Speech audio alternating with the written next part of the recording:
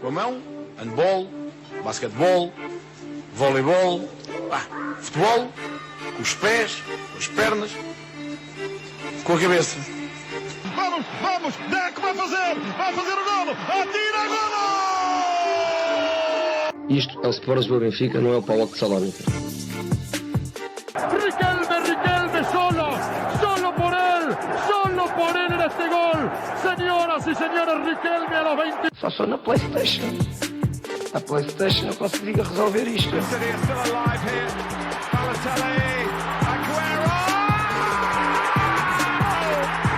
There's been a red card, but for who, Chris Kamara? I don't know, Jeff, has it?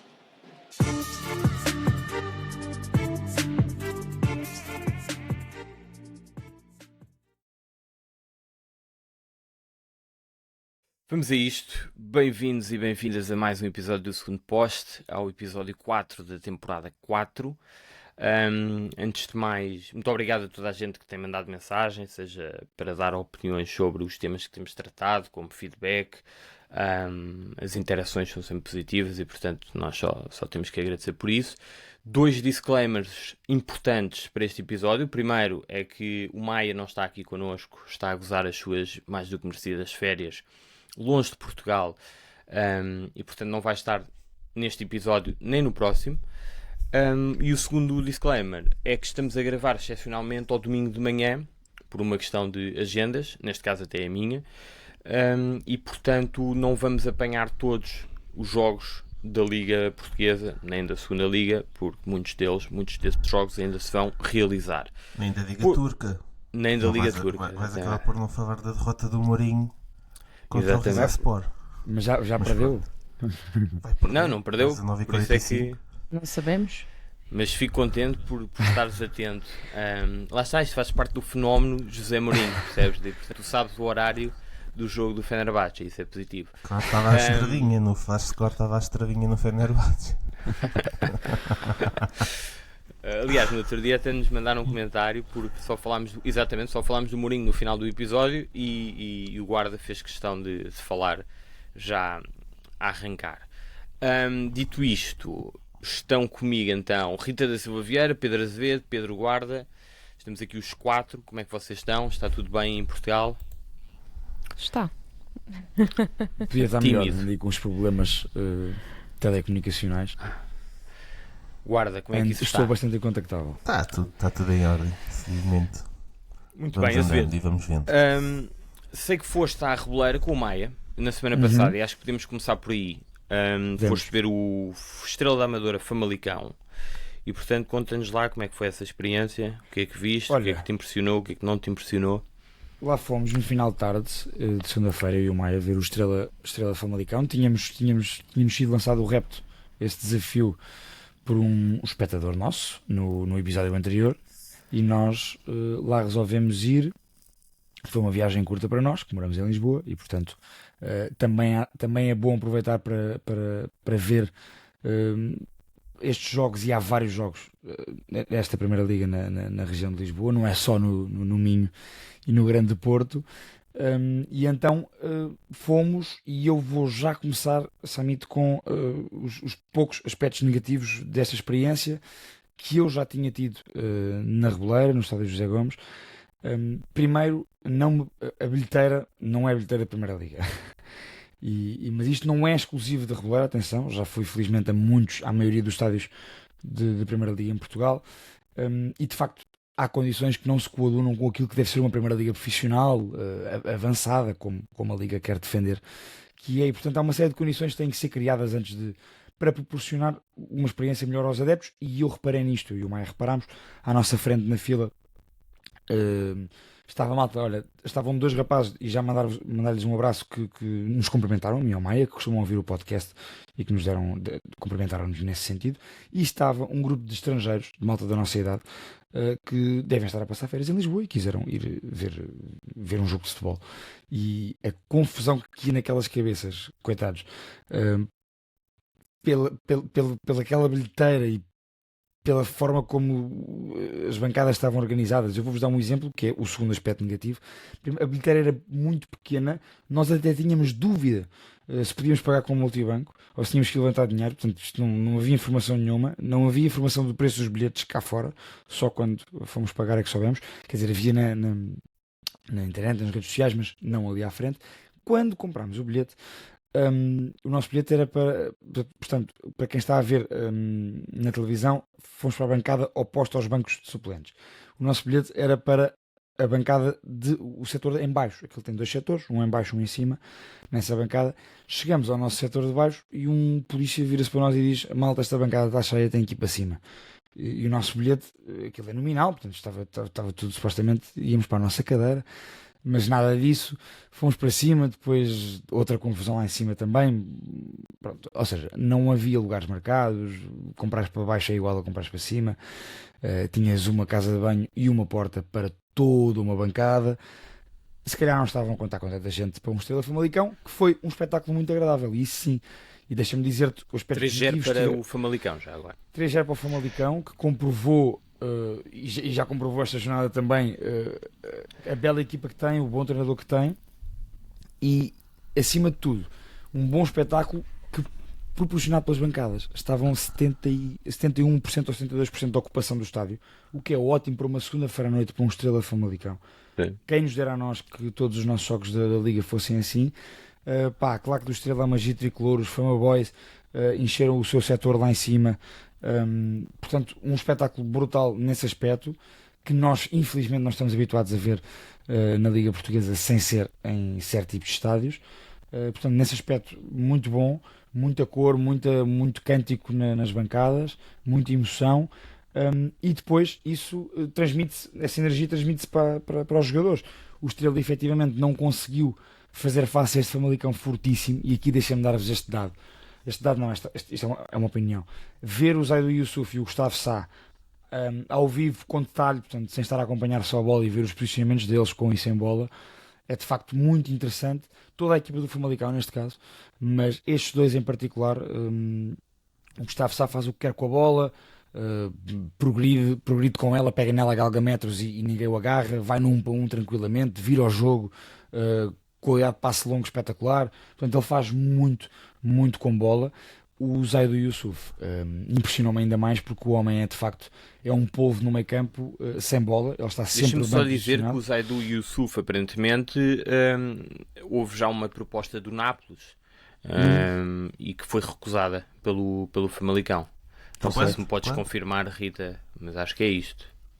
Sim, li algo sobre isso, também não estou... Eu também apanhei assim, e o Famalicão de facto tem vendido, agora vendeu o guarda-redes, em princípio Moura, supostamente. vender o Francisco Moura, já lá vamos, mas sim, o Famalicão tem boa equipa de facto. Sim, exatamente. E tem boa equipa, e o dado, por exemplo, o primeiro gol nasce daquela jogada do Gustavo Sá, mais um gol do Sorriso, o extremo do outro lado que aparece ao primeiro posto do lado contrário a finalizar.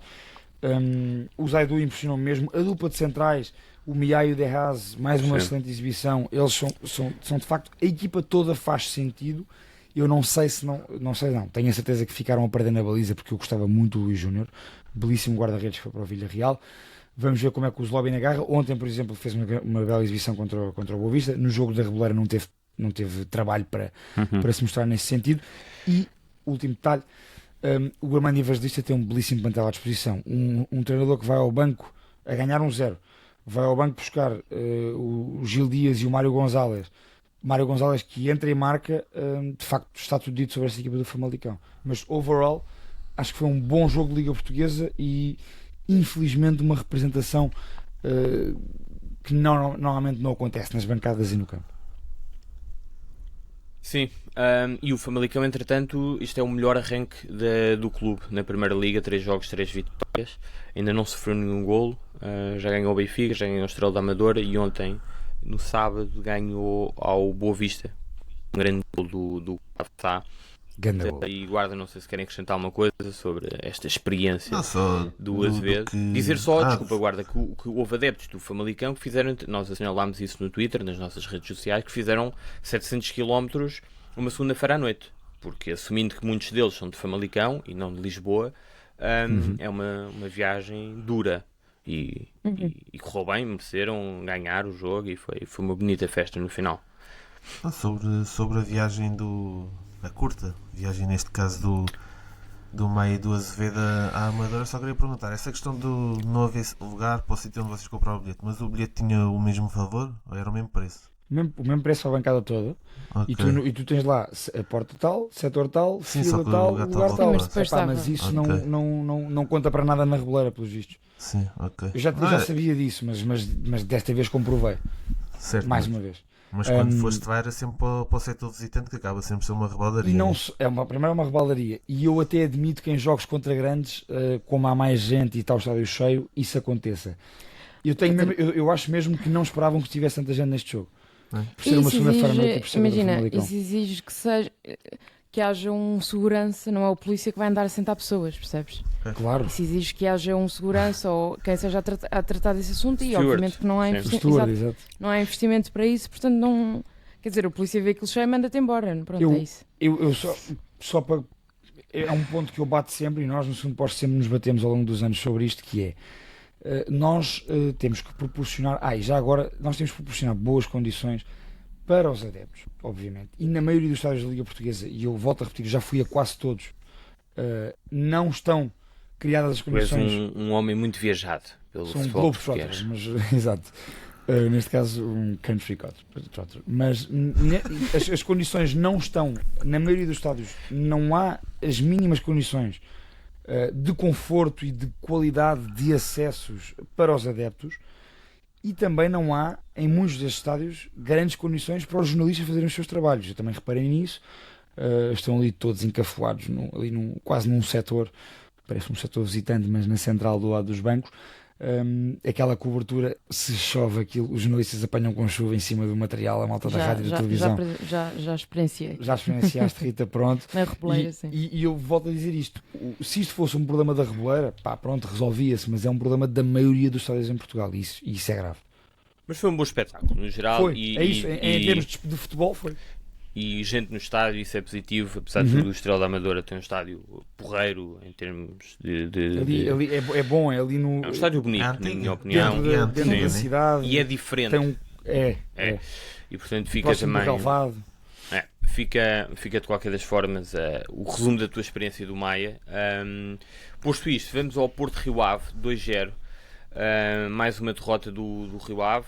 Felizmente para o Rio Ave ganhou a Farense, mas o calendário também não tem sido propriamente fácil. A primeira jornada foi Alvalade, venceu o Farense na segunda jornada e agora foi ao Estádio do Dragão. Mas se calhar começávamos pelo mercado, porque foi uma semana muito movimentada no Porto. Aliás, pegando nas palavras do Vítor Bruno, foi uma semana instável e difícil, com tantas entradas e saídas, algumas ainda não confirmadas, mas que o próprio já assumiu que estão encaminhadas. E até vos digo aqui, porque são muitas, e portanto faço aqui uma breve apresentação, não dos jogadores, mas dos nomes dos jogadores que entraram e saíram. O primeiro foi a chegada do Samu Omor Dion, acho que estou a ler bem, 20 anos, avançado espanhol, internacional sub-21, foi campeão olímpico agora, recentemente, em Paris. Chega do Atlético, apesar de nunca ter jogado na equipa do Simeone. Evidenciou-se no Granada B em 2022-2023, foi emprestado ao Alavés na época passada, aí já na La Liga, foi titular em 22 jogos no campeonato, marcou 9 golos, fez uma assistência, custou 15 milhões. Aparentemente é um portento físico, rápido, móvel, para atacar o espaço, a profundidade. Acho que pode ser interessante aqui para ligar aos três que jogam atrás do ponta de lança, para abrir espaços até por fora. O segundo, Denis Gul, este mais desconhecido, digo eu, avançado sueco, agora está na moda, aparentemente, os avançados suecos. É o mesmo empresário do Joker. É o mesmo empresário? Não é o mesmo sabia. empresário do Joker. Muito bem. Vem do... Esse homem anda a descobrir portentos no ataque. Se os talentos tiveram empresário... Exatamente. É um avançado sueco do Hammarby, que impressiona pela envergadura física. Também tem 1,90m. O Samu também tem 1,90m. Mais coisa, menos coisa. Do que eu vi, parece bom de bola. Pega, acelera, conduz. Acho que é um jogador, obviamente, para evoluir. Acho que terá o seu tempo. Depois temos Fábio Vieira, que ainda não foi confirmado, mas dispensa apresentações. Perdeu algum espaço no Arsenal.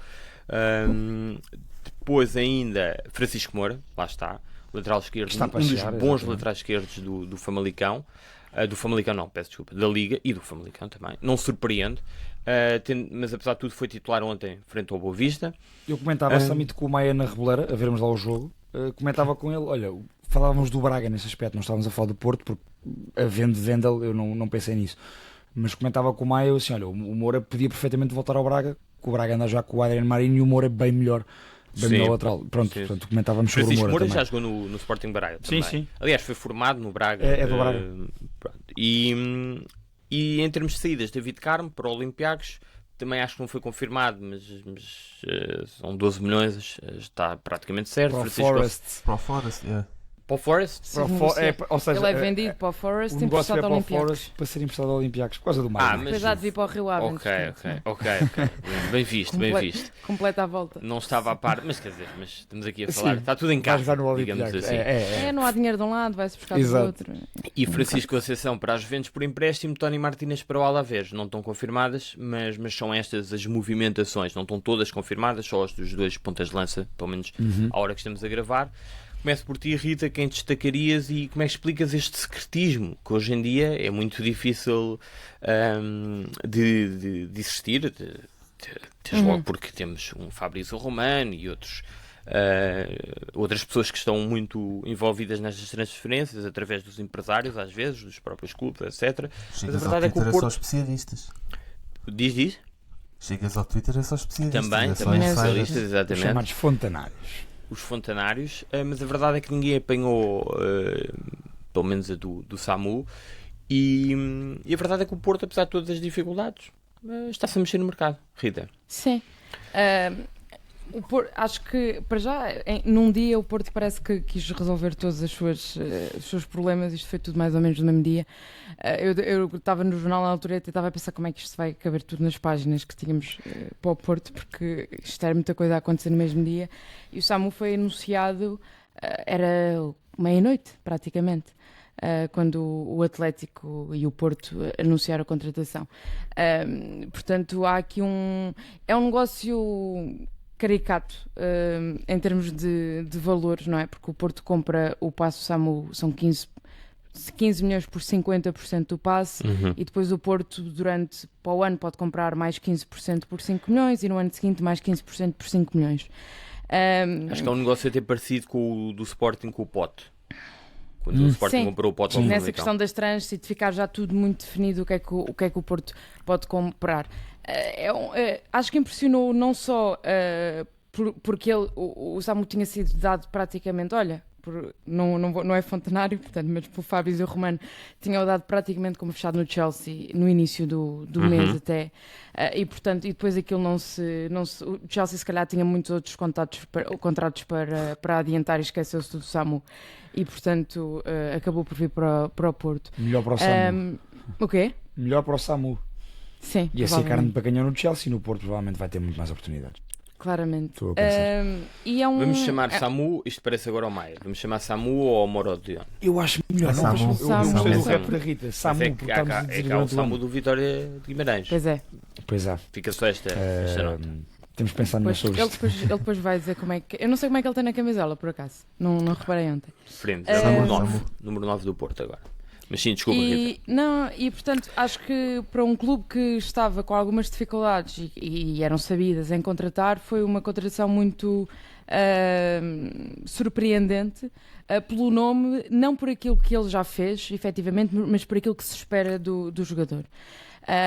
E portanto acho que o Porto tinha ali tem uma vaga disponível e é o jogador que pode pegar perfeitamente na Liga Portuguesa.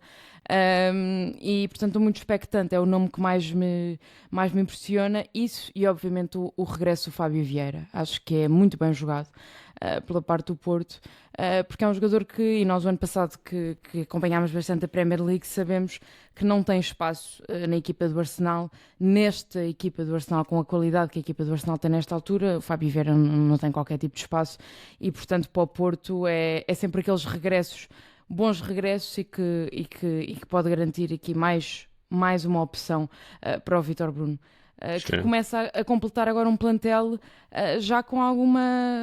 já tem outro peso, este plantel Já olhamos do para o Porto de outra forma, se calhar, mesmo apesar das saídas do Evan Nilsson, do Taremi, Sim. do Pepe, do Francisco Conceição, se calhar há 3 semanas estávamos aqui todos a dizer que o Porto não iria lutar pelo título, ou ia partir atrás, se calhar.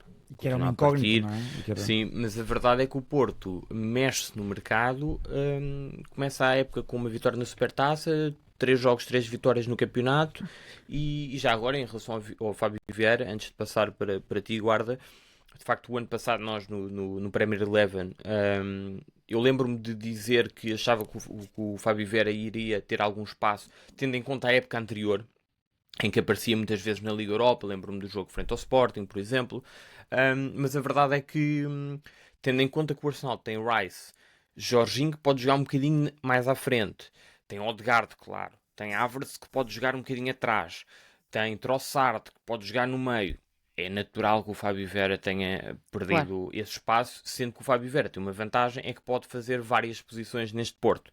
Pode jogar em qualquer uma das 3 posições atrás do ponta de lança, neste sistema utilizado agora pelo Vítor Bruno, como pode eventualmente até jogar no meio campo, com o Varela, por exemplo.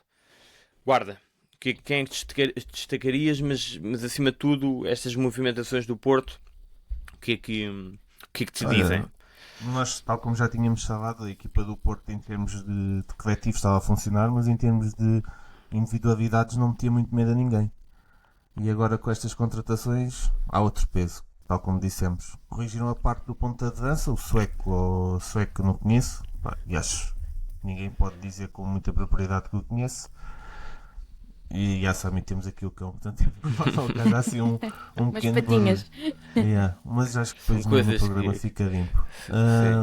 Temos o Dennis Gull, o sueco, o avançado sueco. Exato, e em relação ao Samu, acho que é uma grande contratação do Porto. Os valores, tendo em conta o mercado atual e ao que ele ia ser vendido para o Chelsea, podem fazer algum sentido, mas não é um jogador que tenha feito agora. Ele referenciaste o Granada B, ele nessa época acaba por fazer alguns jogos no Granada, na equipa principal na La Liga, acaba por fazer alguns golos, 1 ou 2, também não jogou muito. O ano passado no Alavés é que já mostrou mais coisas. Marcou 9 golos na Liga.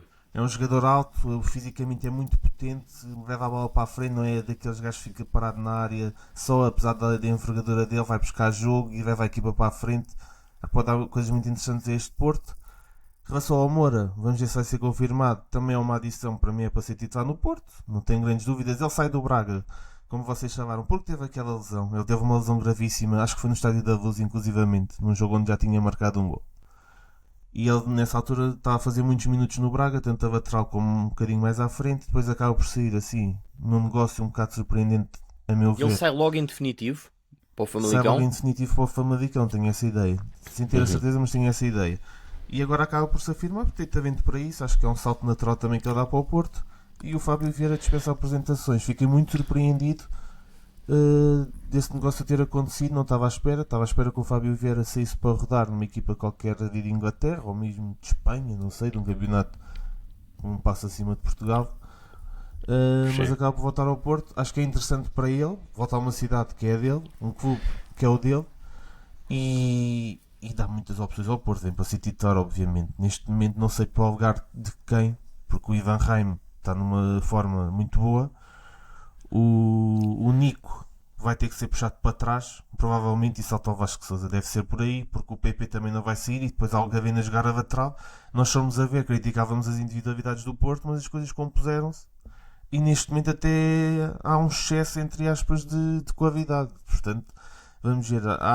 Há opções, pelo menos. Eu tenho muita curiosidade do jogo. Eu estava aqui a semana. confirmar. Vamos ter a oportunidade de falar, mas aquele clássico do Sporting do Porto clássico, vai ser rasgadinho, acho. Vai, eu acho que vai ter golos, mas já lá vamos. Entretanto, estava aqui só a confirmar, só um apontamento: o Francisco Moura saiu primeiro emprestado e depois ficou no Famalicão. Azevedo.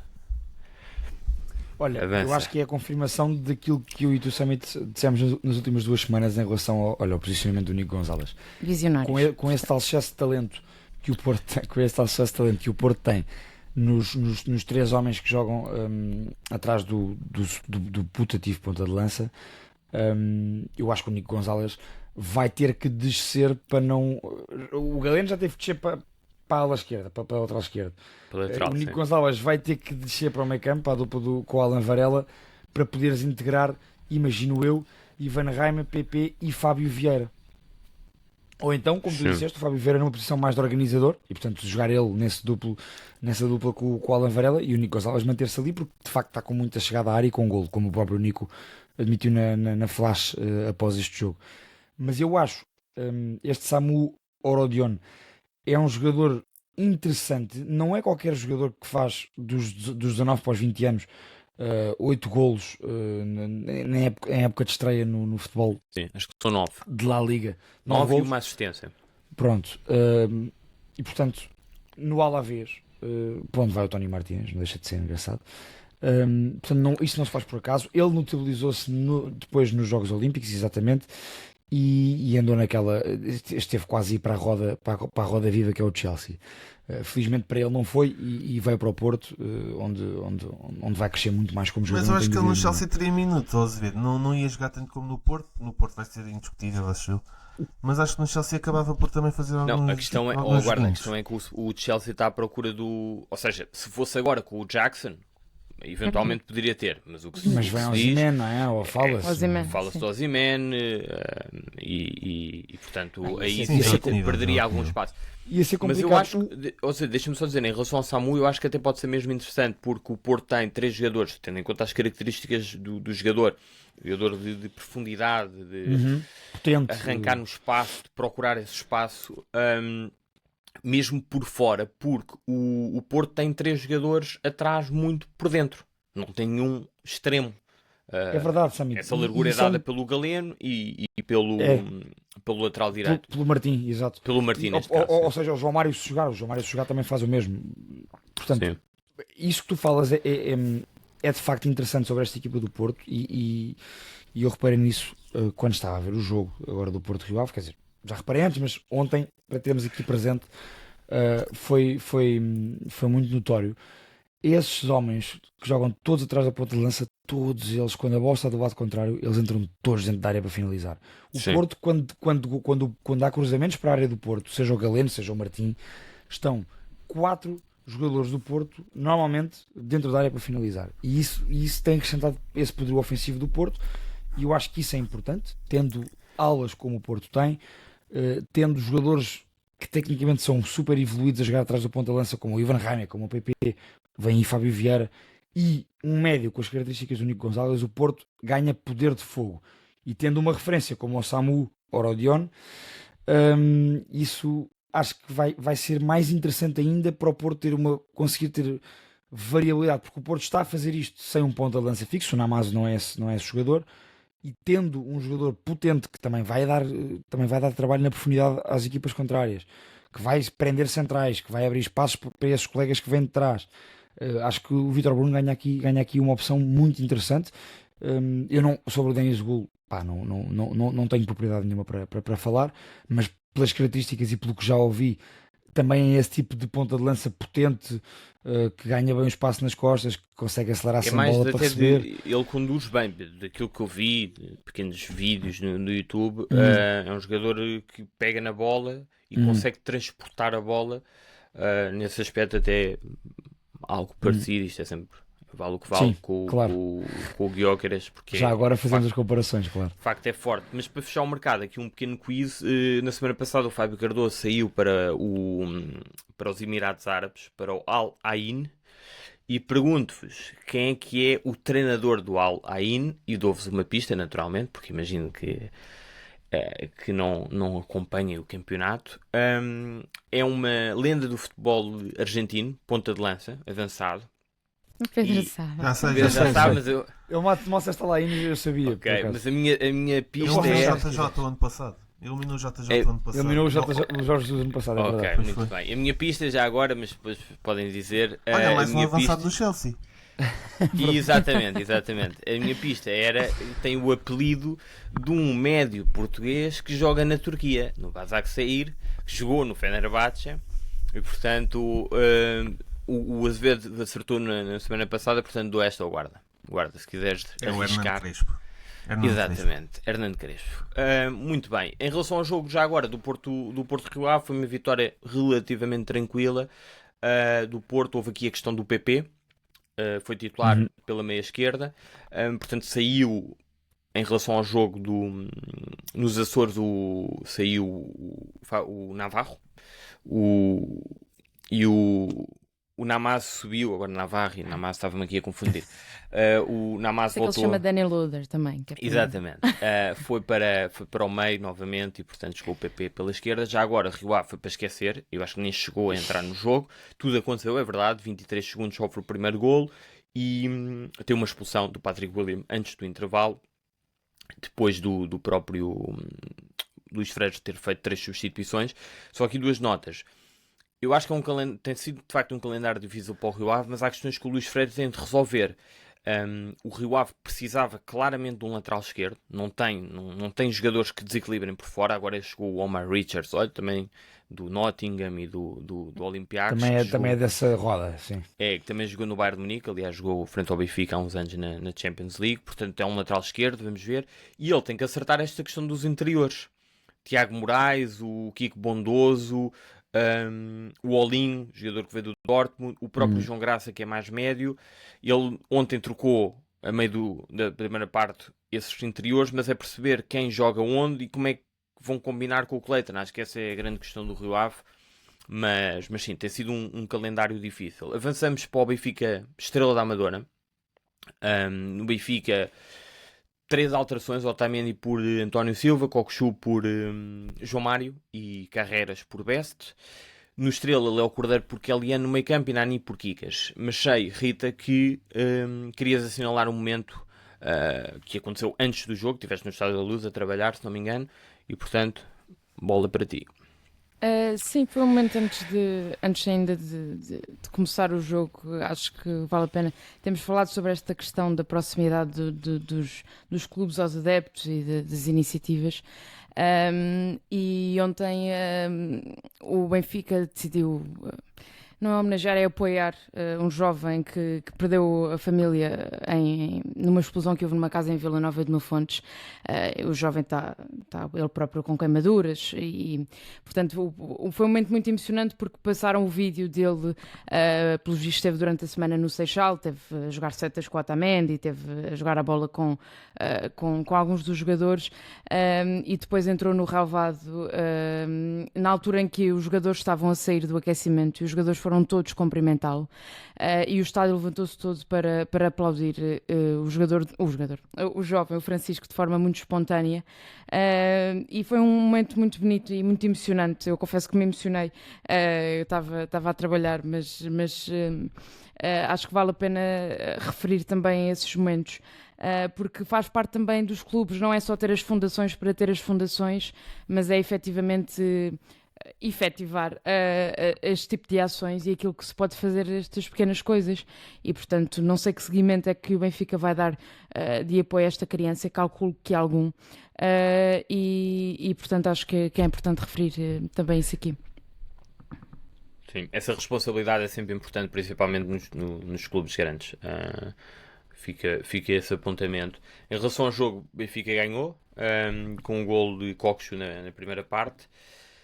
Azevedo, Guarda, quem é que quer avançar? O que é que vos pareceu? Eu acho que o jogo acho que o Benfica até fez uma exibição positiva e se calhar até podia ter ganho por mais, mas queria ouvir-vos primeiro. Olha, pareceu-me, Samit, e há um dado que também não era difícil fazer isto. O Benfica melhorou nestas 3 jornadas, ou seja, da primeira para a segunda e da segunda para a terceira. Tu referes e bem, o Benfica até podia ter marcado mais golos. O jogo, o resultado acaba por não ser tão volumoso como o do Benfica Casa Pia, mas o Benfica faz uma exibição melhor contra o Estrela da Amadora, mais consistente, mais controladora. Também acho. O Benfica controlou melhor o jogo, não permitiu. Recordo-me do Benfica Casa Pia, de logo a seguir ao 1-0 do Benfica o Casa Pia poder empatar o jogo, e só não empata porque não calhou. E o Benfica neste jogo conseguiu controlar as operações do mesmo. E tem aqui destaques individuais a fazer. O Álvaro Carreras é o jogador que mais passes faz ontem e que mais passes acerta ontem, e eu confesso que quando o Carreras chegou ao Benfica, a Portugal, do pouco que também pôde mostrar, pareceu-me um jogador muito verdinho, aquela expressão que costuma-se usar no futebol. Pareceu-me um jogador muito verdinho, a saber pouco do jogo, pouco rato nos duelos e na forma como também defendia o espaço. E... Era um jogador que tinha alguma dificuldade em antecipar as jogadas, mesmo exatamente. com bola. Era um jogador que parecia... nem me parece. Recebia e depois logo decidia. E dava uma sim. sensação que até se perdia dentro do campo. Tu muitas vezes vias o Carreras à direita a defender completamente, e depois voltava para o lugar. Se bem que ele entra ali. Ainda acontece. Sim, ele entra ali numa sim. equipa Está um a bocadinho meio do melhor, ano, um Benfica. Aliás, nós estamos sempre aqui a criticar, ou costumamos criticar, o coletivo do Benfica. Obviamente, para um jogador como o Carreras, novo ainda por cima, é complicado. Portanto, dar esta nota dessa evolução do Carreras.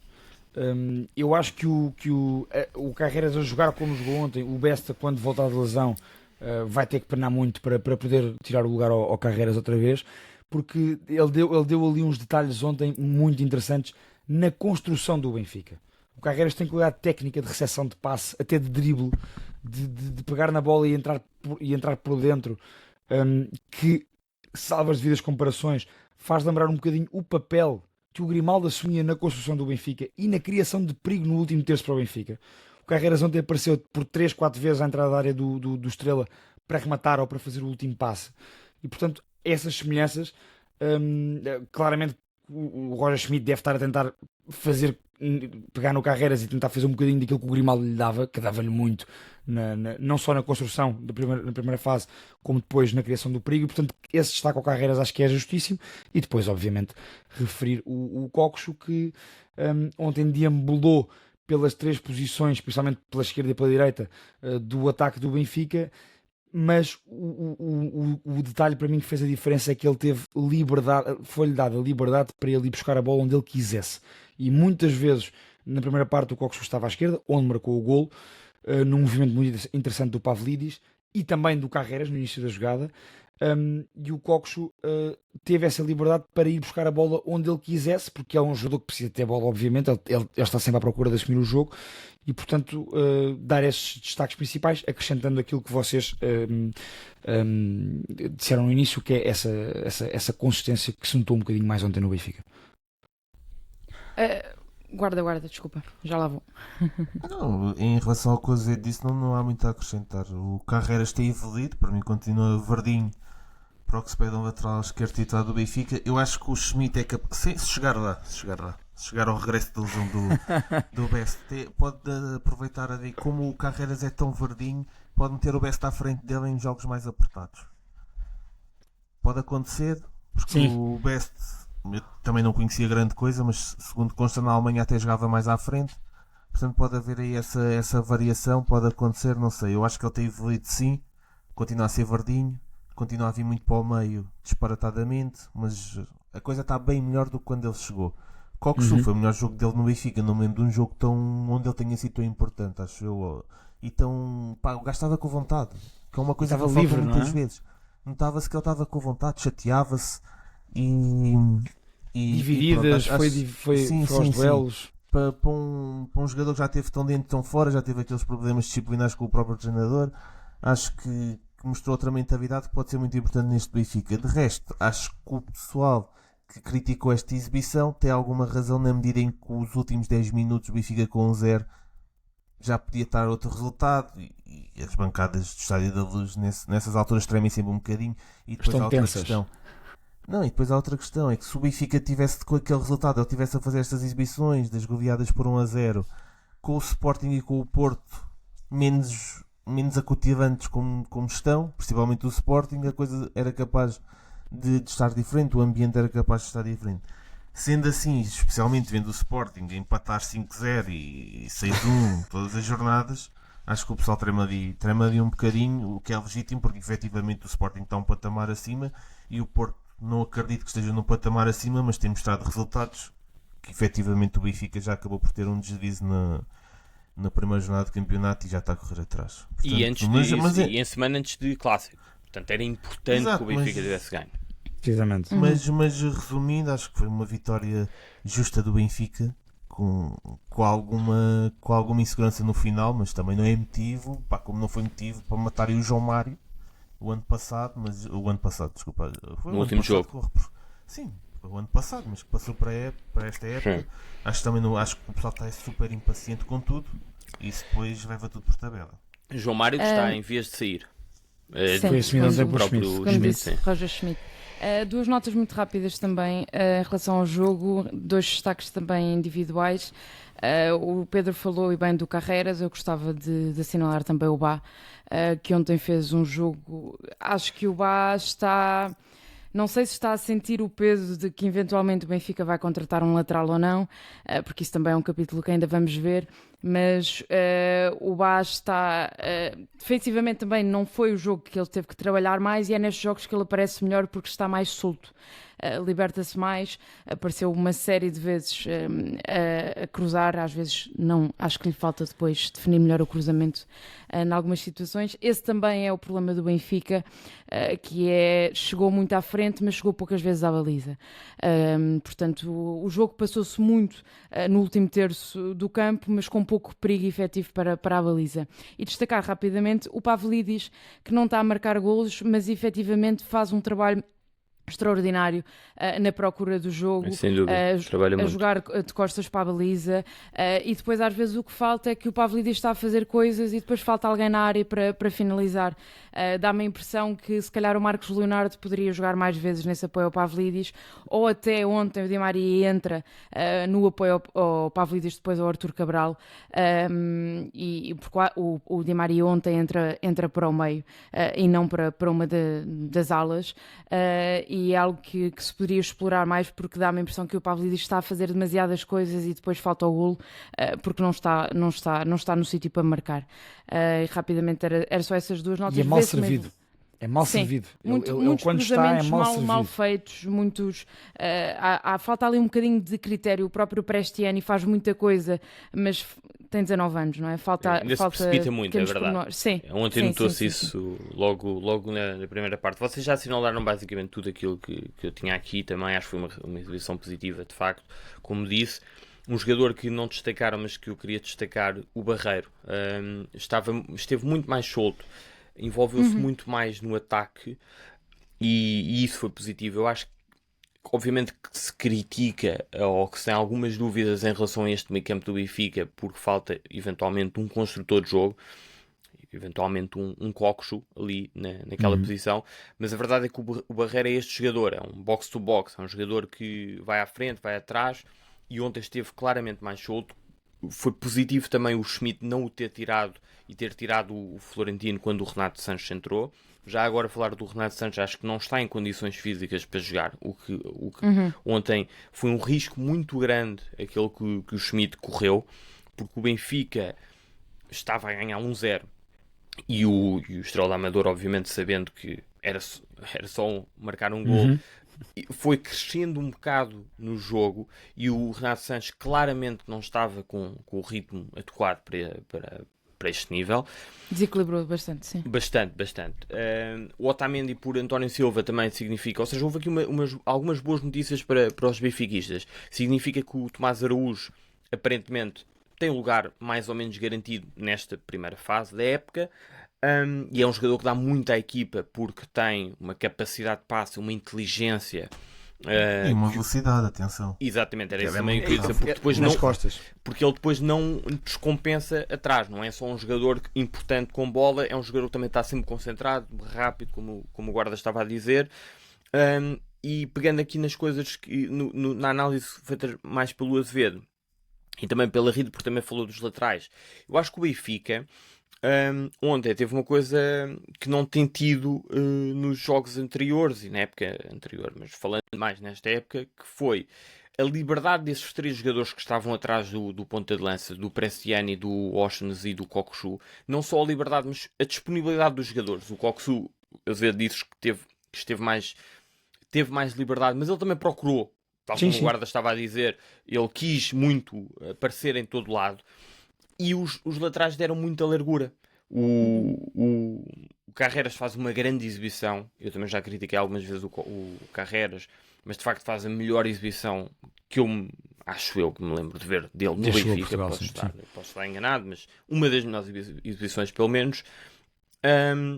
E depois há uma coisa que é importante para mim, enquanto estou a ver o jogo, é diferente o Tomás Araújo meter a bola no Bá, é diferente ser o central a meter a bola no Bá, no lateral, do que ser o Cockchu a receber, por exemplo, mais à frente e depois meter no Bá. Isso é uma diferença que eu acho que é relevante, porque aí já está criado um desequilíbrio. Se for o Tomás Araújo a meter no Bá, muitas vezes a equipa, o adversário está mais ou menos organizado. E o Benfica conseguiu jogar por dentro para depois jogar por fora, que é uma novidade. E o Bá tem dificuldades justamente nessa primeira fase de construção. Se receber logo no central. Sim, ele quando bola, vai, é melhor sim. receber lá à frente. ele quando vai lançado, já com aquele embalo, é mais perigoso. E também se precipita bastante no cruzamento. Acho que isso aí é uma dificuldade do Bá. Mas sim, mas também tivemos Di Maria finalmente a aparecer no meio. Eu continuo a achar no meio, mas ele muito atrás, sempre a querer receber a bola. E eu acho que o Di Maria. Acho que foi a primeira vez que o Schmid, já falámos sobre isso, ele na Juventus jogava no meio. Aliás, basta pegar no exemplo do Nani, 37 anos e jogou no meio. É difícil nós pedirmos a um jogador com a idade do Di Maria que esteja na ala. É que anda a fazer slaloms na ala. Sim, porque depois não dá para pedir a este tipo de jogador que recue e, portanto, se calhar no meio equilibra, ou pelo menos evita os desequilíbrios que se viram no ano passado. Nota do Estrela da Amadora. Desculpa, Azevedo, diz. Não, para terminar sobre o Benfica, só porque falaste muito bem da dupla do meio campo e com esse destaque para o Leandro Barreiro. Ontem o Roger Schmidt deu-nos algumas luzes sobre o porquê de andar a meter esta dupla e eu achei isso interessante. Achei interessante a pergunta. Não ouvi. A pergunta foi... Quem é que fez a pergunta, Rita? Foi os jornalistas da RTP. Ok. Não a pergunta recordo. da RTP foi uma pergunta interessante no sentido de para o Roger Schmidt explicar o porquê de apostar nesta dupla, ou seja, o que é que ele ganha e o que é que ele perde com esta dupla. E ele falou um bocadinho sobre isso e no final concluiu com isto. Ele disse que neste momento ele só confiava fisicamente no sentido de aguentar os 90 minutos estes dois jogadores. Ele disse, eu tenho outros jogadores que podem jogar como números outros, como o Coxo, como o Renato, ele falou desses dois. Ele disse, e nenhum deles eu ainda confio neles para fazer 90 minutos. O Coxo ontem a partir dos 70 rebenta. O Coxo ontem não está em condições. O Coxo ontem não sai porque o Tiago acaba Gouveia soluciona. Porque ia entrar... quem é que entrou pelo... Entrou o Rollasser. O Rollasser ia claramente entrar pelo Coxo, pareceu-me. Também não o Gouveia tinha entrado na primeira parte também. O Rollasser que também vem de lesão, ou seja, ele explicou basicamente isso. Ele disse, eu neste último mês só tenho dois jogadores do meio campo que podem fazer 90 minutos, que é o Florentino e o Barreiro, e por isso é que andam a jogar os dois. Foi isso que ele disse. Muito bem. Em relação ao Estrela da Amadora, não foi o melhor jogo para tirar grandes conclusões. O Estrela da Amadora tem uma equipa completamente nova, tal como o Filipe Martins disse e bem. Destacar só os 30 minutos de pura classe de Alan Ruiz. Porque... Desde que ele entrou, sim senhor. Atenção, eu estava a ver o jogo na televisão e ele descobria linhas de passe que eu não estava claramente a ver. Ok, estava a ver na televisão. Ele sempre foi o mesmo, já parado, não é? Sim, mas ele mesmo no Aroca apresentou um grande nível e eu acho que está bem fisicamente, ele não está pesadão. Sim, mas para aguentar o jogo todo, ele depois não corre, certo. Obviamente, mas o toque de bola, a inteligência, a descobrir linhas de passe, acho que há poucos jogadores na Liga Portuguesa com mais qualidade técnica que o Alan Ruiz. E o Estrela da Amadora tem... já agora, destaque para a exibição dos centrais, do Miguel Lopes e do Ferro. Sim. Muito sólidos, limparam tudo, quase tudo, e são dois jogadores bons de bola até. Samit, já que fui ver à Reboleira o Estrela Famalicão, houve aqui uma alteração também importante do que o Filipe Martins promoveu no 11, porque o melhor período do Estrela no jogo do Estrela Famalicão foi a primeira metade da segunda parte, até o Armando Evangelista e bem mexer na frente de ataque para continuar a pressionar o Estrela. E essa alteração que ele fez nesse intervalo e que foi titular agora no jogo contra o Benfica foi o Léo Cordeiro no meio campo. Sim, eu disse logo. E o Nani pelo Kikas, sim. E o Nani pelo Kikas. O Léo Cordeiro e o Filipe Martins ontem na conferência de imprensa pós-jogo também disse, fez aqui um pedido ao Presidente, ele disse, espero que o Presidente não venda ninguém e que me dê mais um médio. Ele acha que precisa de mais um médio, ele quer ter 5 médios para aquelas posições.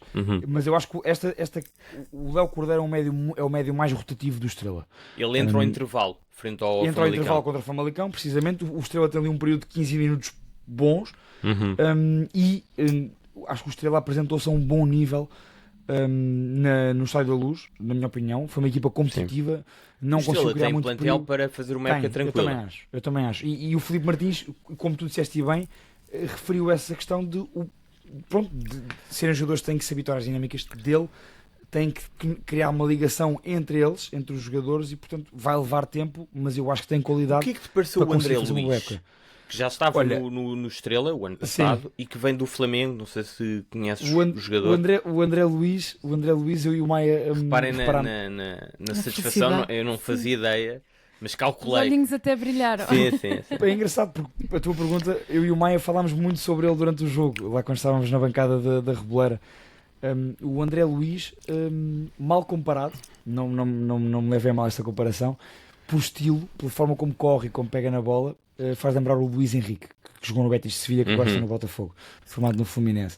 Obviamente, não quer dizer, não creio que vá ter de perto nem de longe a carreira do Luís Henrique. A comparação, mas compreendes a comparação. Tem. Acho um jogador interessante e gosto do facto de clubes como a Estrela conseguirem atrair este tipo de jogadores que têm algum talento. Sim, é um jogador tem formado formação no do Flamengo, como tu disseste, estreou-se na exatamente. equipa principal do Flamengo. Precisamente. E custou portanto, 500 mil euros, é meio milhão de euros para uma equipa como a Estrela. Tem peso, exatamente. E acho um jogador interessante, Samit, que ainda não está, e notei isso mais no jogo contra o Famalicão do que contra o Benfica, ainda não está com andamento, e com andamento, não digo a nível de velocidade e de nível físico, é andamento de perceber os defesas e as organizações defensivas em Portugal. Por isso é que eu digo que não tem mais isso contra o Famalicão do que contra o Benfica, mas acho que é um jogador interessante e que vai dar alegria ao Estrela, parece-me, porque tem qualidade, tem boa formação, como tu disseste, e tem características para fazer a diferença em Portugal. Muito bem. Pela negativa, já agora, a lesão do Washington para os adeptos do Benfica e a exibição do árbitro para todos os adeptos de futebol. Hélder Malheiro elogio quando tem que elogiar, e eu acho que já não há paciência para hoje em dia, depois destas três jornadas, depois destas 3 jornadas que têm provado que tem havido uma mudança do ponto de vista da arbitragem positiva. O Hélder Malheiro esteve o jogo todo com o apito na boca, a distribuir amarelos, aqueles 2 amarelos que ele dá ao Carreras e ao André Luís, não fazem sentido nenhum. Vocês se calhar não repararam na transmissão, vê-se o Carreras até dizer algo, ele diz futebol para o árbitro. Também vi isso, sim. E portanto eu admito que ele tenha dito isto é futebol. E os próprios jogadores tiveram ali houve um que empurrou o outro, nada de especial. Sim, e ele seguiram a mesmo vida, assim, quer dizer, não... Foi sim. E isso pode alterar um bocado o jogo, porque torna o jogo mais... cria ali um nervosismo que não era necessário. E portanto os árbitros também têm essa responsabilidade de fazer uma arbitragem fraquinha. O Hélder Malheiro ontem, Samit, eu senti isso. O Hélder Malheiro... Nenhuma das equipas travou o jogo. Foi o Hélder Malheiro que travou o jogo constantemente. Eu vou-te dar ao final da segunda jornada, a média de faltas por jogo na Liga Portuguesa o ano passado foi 27, creio. 27 ou 28, sim. E agora tem sido 24, 23. Na primeira e na segunda jornada andou ali nos 23, 24. 23 era a média. Eu acho que ouvi o Pedro Henrique, ex-árbitro, a comentar isto. No final da segunda jornada. O Hélder Malheiro ontem apitou 31 faltas ao intervalo, já ia em 15 faltas para aí, e em 3 ou 4 amarelos, e ele enervou os jogadores. Os jogadores estavam, como o Carreras disse, isto é futebol, os jogadores tinham as suas quesilhas, mas rapidamente isso era resolvido, e não houve nada de grave. Ou seja, não houve nada de grave para o Hélder Malheiro andar constantemente... Não foi um jogo assim tão intenso que justifique... Não. Ele teve ali lances em que parecia que queria aparecer. Querem entrar, querem no aparecer, final, sim. há um livro do Di Maria em que ele vai lá meter a bola na linha. Pega na bola e para trás e depois para a frente. E depois sentiu-se na obrigação de fazer isso com o Brígido, com o guarda-redes do Estrela, sempre que o Brígido ia marcar livres ali perto da área. Ele dizia sempre ao Brígido para meter a bola mais atrás. Portanto, sentiu-se na obrigação depois de fazer isso.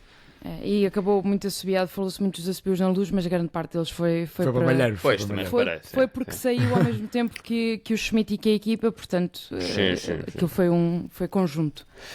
Vamos a Faro, não ao São Luís, mas ao estádio do muita pena. Algarve. Farense 0, Sporting 5, mais uma goleada do Sporting. É a segunda consecutiva, a segunda em jogos fora. São 11 golos marcados e um sofrido. Amorim conseguiu cumprir o seu objetivo neste jogo porque não sofreu golos. E no final do jogo o Sporting rematou 29 vezes. Eu até contei, enquanto estava a ver, fez 3 remates em menos de 4 minutos, nos 4 minutos iniciais. Aos 7, 8 minutos de jogo já tinha 5, 2 que vão contra o adversário. Portanto, pergunto, Rita, o que é que há mais para dizer sobre este Sporting e como é que se para também este Sporting? Como é que se acalma este leão? Não sei, não sabe o Farense, porque aos 5 minutos de jogo o Farense parecia que estava aos 87, não é? Sim. Ali fechadíssimo, já a sofrer, a pensar quando é que isto vai acabar. E isso tem sido um bocado o modo que o Sporting tem imprimido nos jogos.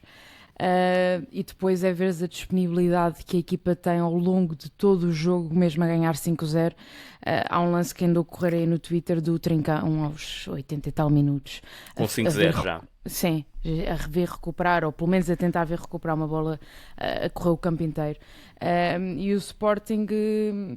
acho que eu estava a ver o jogo, estava no jornal a ver o jogo e estava a pensar que o que é que o Amorim vai arranjar para dizer mal desta equipa, porque o Amorim tem sempre que para dizer arranjar... mal, sim, aquela crítica... nunca pode para ser picar. elogio, não é? Exatamente. Eu acho que a palavra é essa, picar. Sim. Exatamente. E não havia golos sofridos, não havia...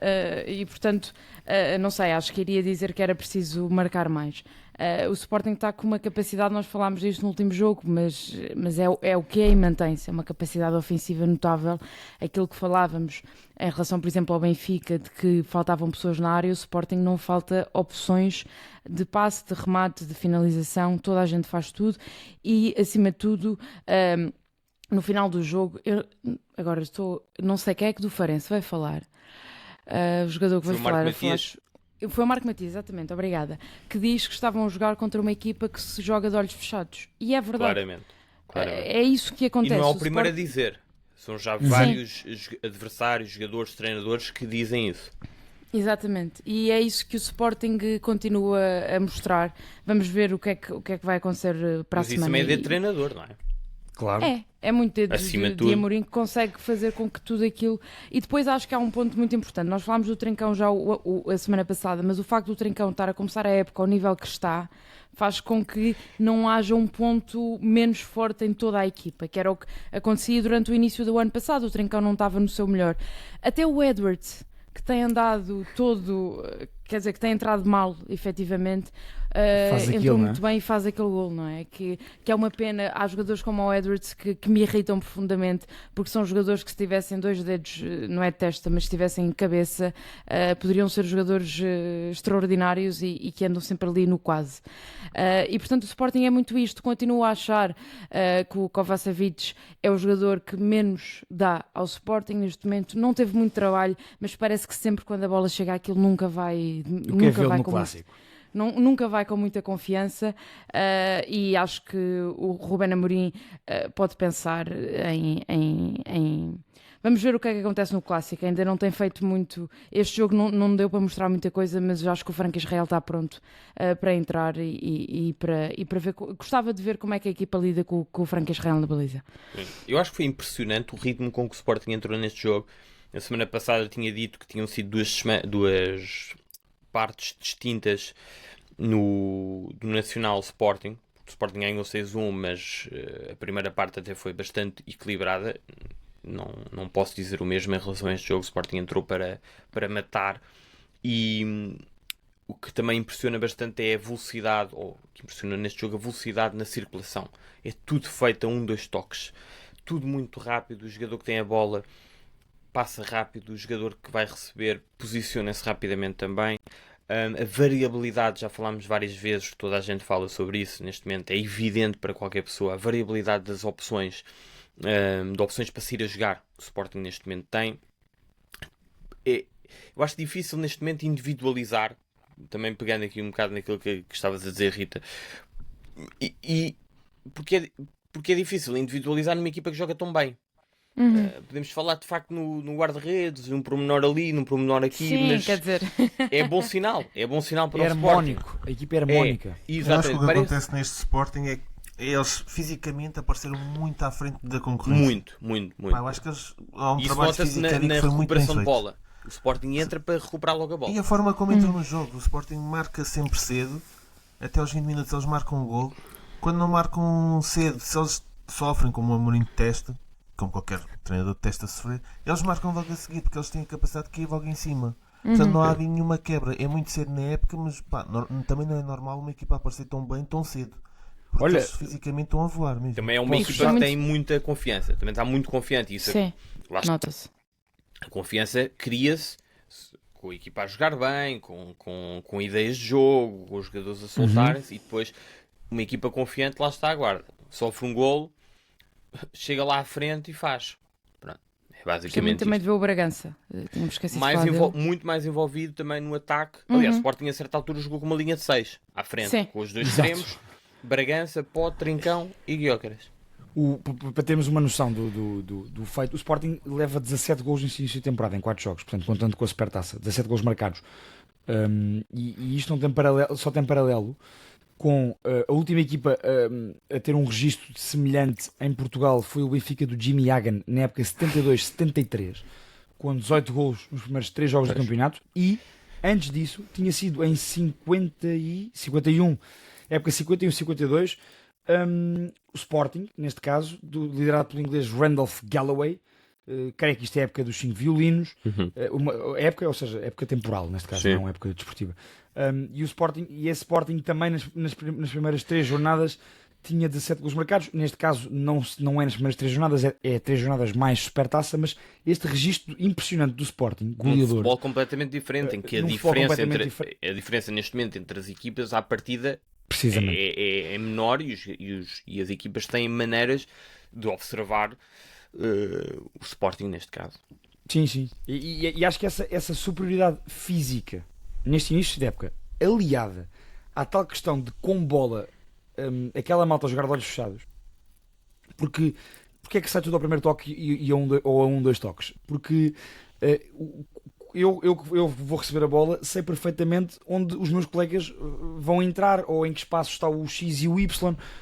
E portanto isso está tudo mecanizado. E há jogadores a criar espaços, por exemplo o Gyökeres muitas vezes desce, houve logo na primeira parte houve 2 ou 3 bolas do Gonçalo Inácio para nem o tocar na bola, Catamo, só para... exatamente para o Catamo, com o Gyökeres a descer, o Catamo a subir pela esquerda e o Inácio mete lá a bola e a reação do Gyökeres é de alguém que sabe perfeitamente que aquilo, a movimentação que ele faz é precisamente para aquilo acontecer.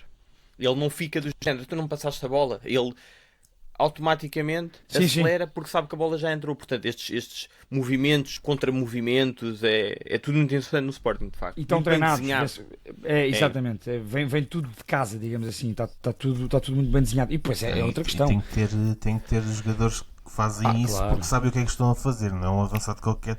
Eu lembro-me ano passado na Premier houve uma jogada qualquer do Haaland, que o Haaland faz um movimento a abrir, não sei se foi na Premier ou na Champions, foi um jogo do City.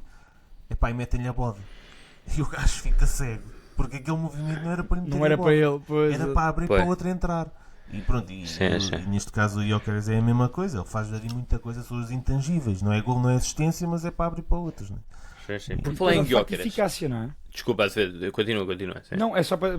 Nós lembram-se a semana passada, quando falámos do Nacional da Madeira Sporting, dos 6 golos, dos expected goals, justamente até referimos que não era normal. Eu até fui ver, desta vez, os expected goals foram de 4 gols deste jogo. 4 qualquer coisa, não é? Pronto, de 4. E marcou 5.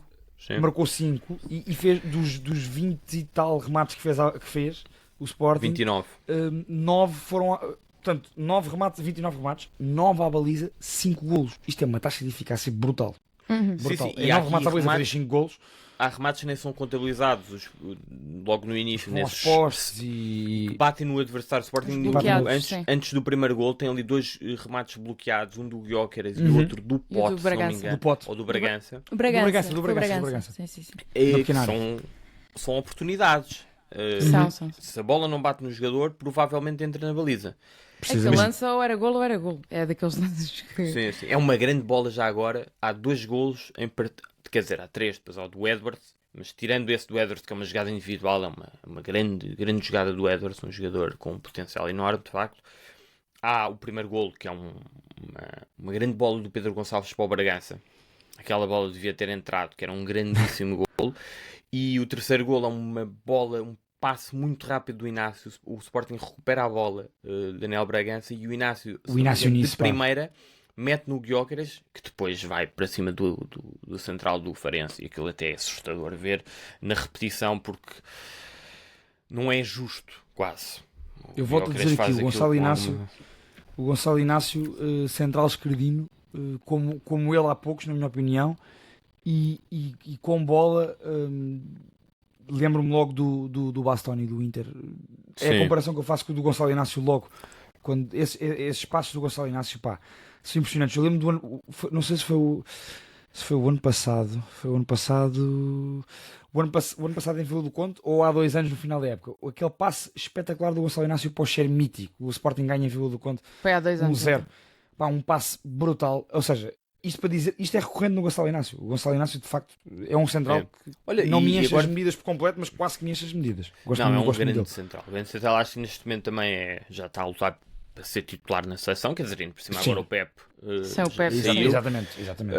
E gostava de ver o Gonçalo Inácio no futuro, não agora, porque ainda bem que está na Liga Portuguesa, em Itália, e não noutro campeonato. Se calhar o Gonçalo Inácio era um jogador muito interessante para a Série A, até porque hoje em dia quase todos os jogadores acabam na Premier League e seria positivo nesse aspecto. Se calhar o Paulo Fonseca precisa. E o Gyökeres, vocês acham que ainda sai ou não? É que é assim, nós estamos a dar por adquiridos, estamos aqui 25 de agosto. Eu fiquei o homem não para. Eu fiquei com um bocadinho de dúvidas por causa as declarações dele são básicas, são de o mercado está em aberto, eu não posso garantir, não sei o quê, estou feliz, pronto. Mas depois o Amorim é que fala de que nós não somos mas o Amorim também é muito hábil na comunicação e portanto às vezes gosta só de causar o caos. Mas ele basicamente, o Amorim diz na flash, creio, porque a conferência foram 2 minutos, nem foi nada a Rubén Amorim. Ele faz uma conferência mínima, mas na flash ele diz que o Sporting não é um clube rico e que portanto está um pouco sujeito àquilo que acontece. E aí deixou-me um pouco de dúvidas do que é que está em cima da mesa. Mas falta uma semana, não é? Portanto, não sei. Ontem o Arsenal, que supostamente era a equipa que mais que mais falava para o Gyökeres, o Arteta vem dizer basicamente que as soluções estão dentro do plantel, mesmo para o ataque, portanto fechou também um bocadinho essa porta à contratação. Também pode ser conversa, não é? Mas eu acho também que pode ser hábil na conversa. comunicação. Aliás, a semana passada estávamos aqui a dizer que o Vilas Boas deu aquela entrevista a dizer que não conseguia contratar ninguém, basicamente, e esta semana foi. Mas o Arteta já deu de facto indicações mais do que uma vez de que não está à procura de ponta de lança. Eu acho, sinceramente, do que vejo, depende um bocado do Chelsea. Se o Chelsea vai ou não contratar o Osimhen. E depois atacar com tudo o Estou a mandar para o ar. Sim. Eu pensei no PSG até, se não buscar o Osimhen, guarda. Mas depois isso não se falou sequer. Pois, mas eu acho que o Chelsea seria o único clube que assim do nada aparecia com 100 e tal milhões, tal como apareceu, por exemplo, para o Enzo. Sim. E o Chelsea claramente precisa de um ponta de lança, como nós sabemos, porque não pode atacar a época com o Jackson outra vez, ou só com o Jackson. Só dar aqui uma nota negativa. Eu hoje estou aqui com as notas negativas também. O estádio, o Farense não pode jogar. Jogou, por decisão do Farense, vai jogar também frente ao Porto e frente ao Benfica no estádio do Algarve, não no seu estádio, no São Luís. É uma decisão que o Farense tomou. O meu ponto é, eu acho que aquilo não devia ser permitido. Portanto, o Farense, eu não vou discutir a decisão do Farense, mas tomem essa decisão porque essa decisão é possível. E eu acho que não faz muito sentido, desde logo por uma questão de... Essa lei já mudou há uns anos, porque antes tu podias jogar com o Sporting num estádio à toa e depois podias jogar com o Porto e com o Benfica no teu estádio. isso acabou por mudar, porque pronto, Sim. metem os 3 grandes no mesmo saco, Claro. e então Mas se aí jogas já há uma com um, tens que jogar diferenciação com... em relação às outras equipas. Exatamente, portanto não devia ser permitido, ponto. Eu percebo digo-vos as aqui, motivações, mas pá, eu por mim era trigo limpo farinha amparo. Se o teu estádio e se o teu relevado estão regulamentados e apresentam as condições para aquele jogo, tu não podes sair dali. E portanto só Para podes aquele jogar no jogo estádio. não, para aquela competição. Para aquela competição. Tens a Liga. Mas imagina que o relevado até estava Claro, depois vergonhoso. pode estás a ver? haver, sim, pode haver um Uma jogo ou outro. vistoria semanal. Claro. É isso, ou seja, excepcionalmente. sim, eu sei, Excepcionalmente, só depois o que se ia não acontecer- tiveres condições para um jogo em específico do campeonato em que estás inserido, então aí podias jogar no outro estado. Podias, Depois, no caso, o que devias ia jogar no outro acontecer estado. em Chico esperto português era arrebentar o relevado todo de propósito para ir jogar para o outro lado. Sim, Isso é- mas isso já é outra questão. Verdade, Aí era já um caso de. E já agora Era um dizer caso o de polícia, mas- o São Luís é um belíssimo estádio. Eu É, não sei sem se já lá dúvida. foram, eu já lá Sem estive. dúvida. Também está inserido no meio da cidade de Eu Faro. ao São Luís nunca fui só ao Portimonense. E tem um ambiente, Summit, tem um ambiente próprio de, Sim, sim. E tem gente, e o Fence tem gente, Tem e gente, portanto é, aquilo exatamente. não fez muito sentido. Já agora, em É um relação aos... Diz, Rita. Não, ia dizer rapidamente que é um reflexo da fraqueza financeira dos nossos clubes, que precisam de qualquer tipo de dinheiro. Preferem entregar o jogo. E que preferem entregar, não ter o seu próprio ambiente e o fator casa para ter mais uns milhares, diria. O que eu acho que acontece nesses clubes é eles olham para o calendário e escovem logo a de 18 pontos. Contra os grandes acabou. Se fizerem, é um extra, porreiro. Exatamente, se fizerem um extra. Portanto, esses pontos nunca estão contabilizados naquele. Eu lembro-me do Cajuda há 20 anos, dizia bem, para irmos à Champions temos que fazer 2.3 pontos por jogo. Que era quando o Guimarães o Vitória lá ficou em terceiro. Ele tinha essas contas malucas, mas que faz sentido e eu acredito que todos os treinadores façam isso nessas equipas.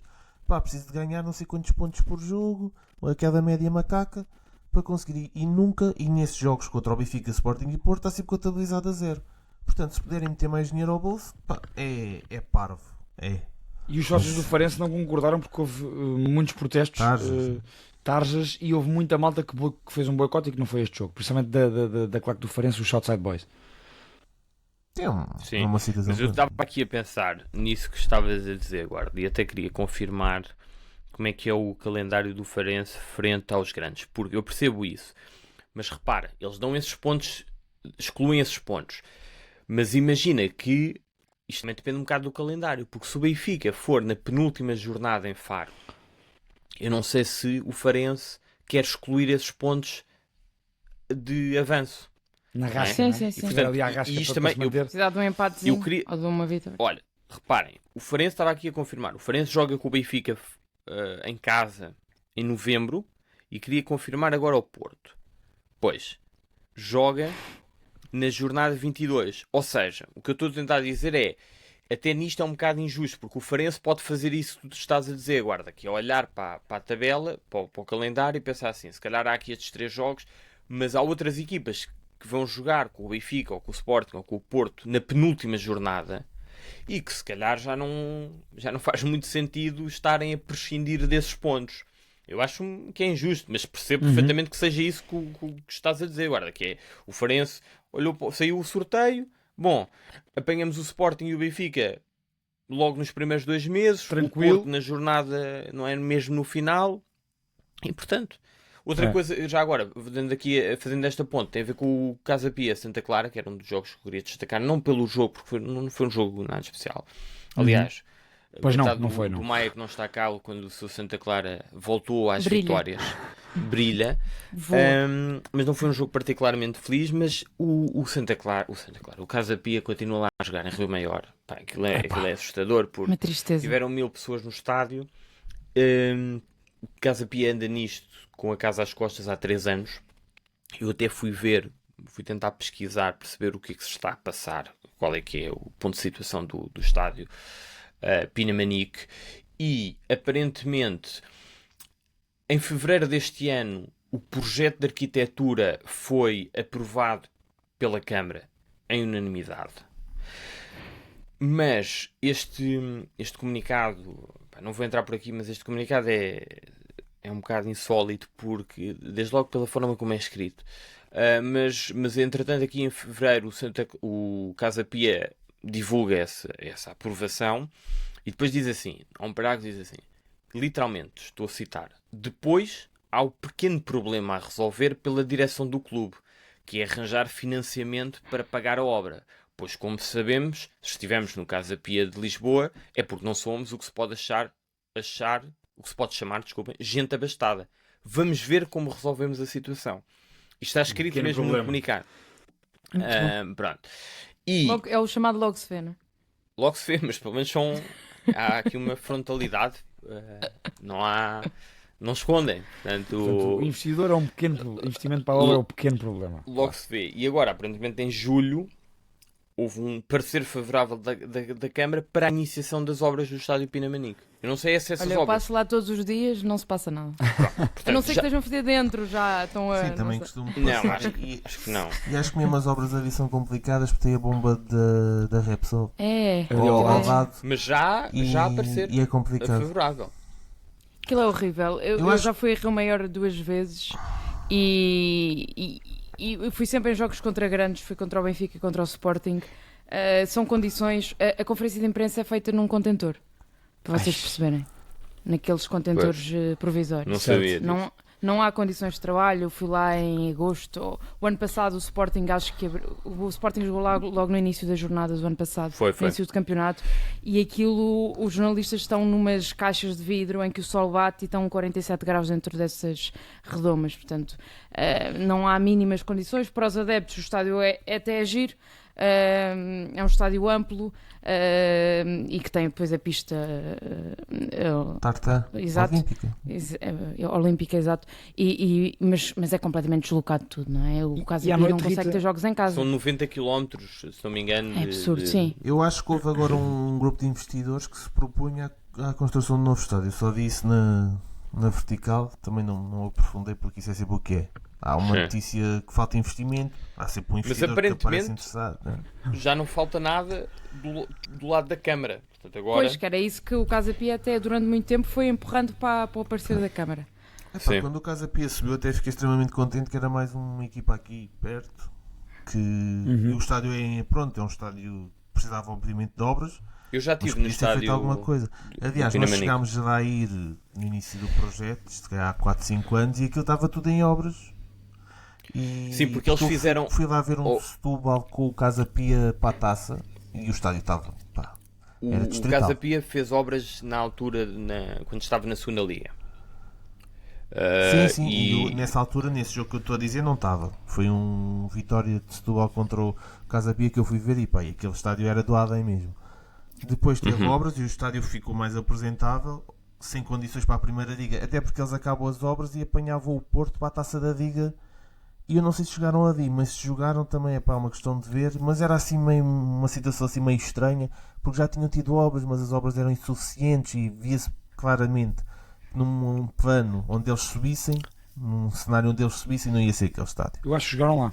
Isto só Nesse porque jogo que estás a dizer. o clube em dois aspectos, que é não tem os adeptos que poderia ter no estádio e não tem depois a cobertura, pensando na parte de comunicação, não tem a cobertura mediática que poderia ter, porque se calhar há muitos jornais e rádios que Claro. não conseguem ir todos os fins de semana Claro. Para Rio Maior. para Rio Maior, não é? Sim, deixa-me- No jogo que poderia ser em Lisboa.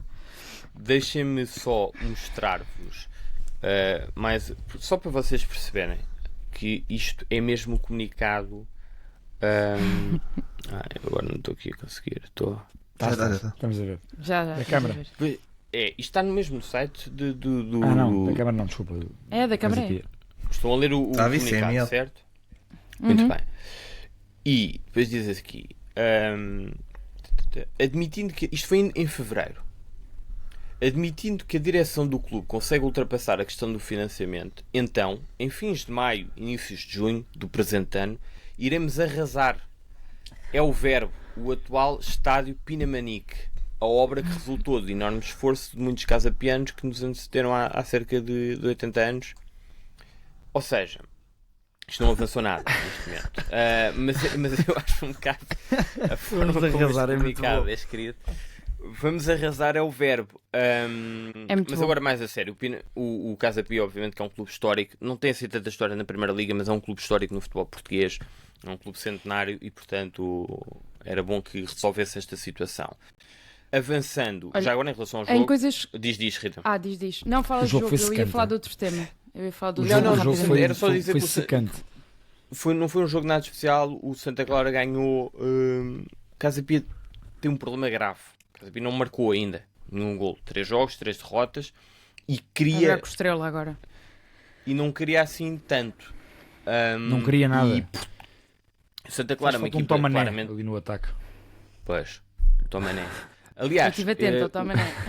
e agora, olha, falaste disso.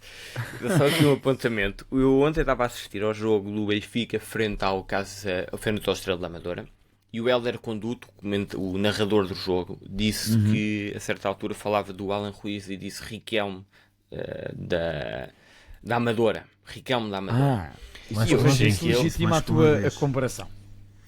O que? Desculpa, Zé. Eu Tu estou a dizer, ou pensaste seja, que não tinha essa sido tão comparação do ousado, Hélder Conduto não é? legitima a tua comparação. Exato.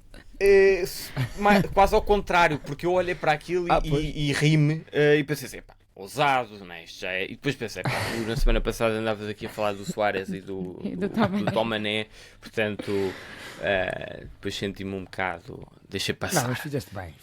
O caso Olhem- o Santa Clara é uma equipa só muito contra-ataque e de facto marcou o golo, o primeiro, ganhou por 2-0, mas quem resolve o jogo é o Gabriel Silva e o Vinícius, dois extremos muito rápidos. O caso do Santa Clara, bem, está difícil acertar no nome. Mas é uma equipa que tem, pronto, tem essa força, é forte no contra-ataque. E os Rita. dois golos... desculpa, Diz. Rita, vou passar para ti, Rita, mas os dois golos do Santa Clara são marcados por aqueles que eu considero os melhores jogadores tecnicamente do Santa Clara. O segundo é o Ricardinho. sim. O Gabriel Silva e o segundo é do Ricardinho. E já agora dar aqui este destaque, o primeiro gol do Santa Clara foi estilo Irmãos Massau, do Oliver e Benji. Que foi um bitoque. Foram os dois fazer um remate conjunto quase. Foi, exatamente. É a jogada do Vinícius e depois o Gabriel Silva aparece. Rita. Queria falar só rapidamente, estamos a falar de coisas que não fazem sentido, não posso não falar da Supertaça Feminina, não só, e isso já foi falado, o horário do Sporting ser ao mesmo tempo que o Sporting Feminino, a Mariana Cabral falou disso e bem, já se foi perceber que foi a Liga que marcou o jogo depois da Supertaça Feminina já ter portanto a Federação marca a Supertaça, a Liga marca os jogos do Sporting e foi a Liga que marcou o jogo do Sporting já depois. Há outra coisa insólita nesta Supertaça Feminina que é feita numa espécie de Final Four que nem faz sentido nenhum e que houve um jogo de terceiro e quarto lugar às 11 da manhã de uma sexta-feira. Acho que muita gente nem sabe que esse jogo existiu. Foi um Damaense Racing Power para decidir um terceiro e quarto lugar de um troféu que é suposto ser, portanto, só um troféu jogo único. Os próprios regulamentos da Supertaça Feminina dizem que deverá ser um jogo único. Desde o ano passado que se faz desta forma. Acho que a intenção deverá ser melhorar a competitividade, mostrar mais o futebol feminino. Acho isso tudo muito bem. Se não for feito uma sexta-feira às 11 da manhã, podia perfeitamente ser feito hoje, domingo. Fazia-se um dia de futebol feminino, se queriam fazer isso no Restelo. Acho que as ideias estão todas lá, depois é tudo muito mal executado. Sim, colocar na prática. Sim. Exatamente. E, portanto... Concordo muito. Vamos a mais um tema, muito rapidamente, que é a entrevista do Roberto Martínez ao 00. O selecionador português deu agora uma entrevista esta semana. Para quem não tiver visto, pode ver ou ouvir no site do 00. Fez um rescaldo do Euro, do que foi e do que não foi. Falou de alguns casos mais individuais, Cristiano Ronaldo, até o Gonçalo Ramos. Obviamente que falou do Pedro Gonçalves, dizendo basicamente aquilo que já tinha dito antes, e levantou um bocado o véu ou não em relação ao futuro, já com a Liga das Nações, mostrou-se atento a jogadores jovens que estão a aparecerem muito bem, o Vasco Sousa, o Kenda. O que é que vos pareceu? Guarda, se calhar começo por ti.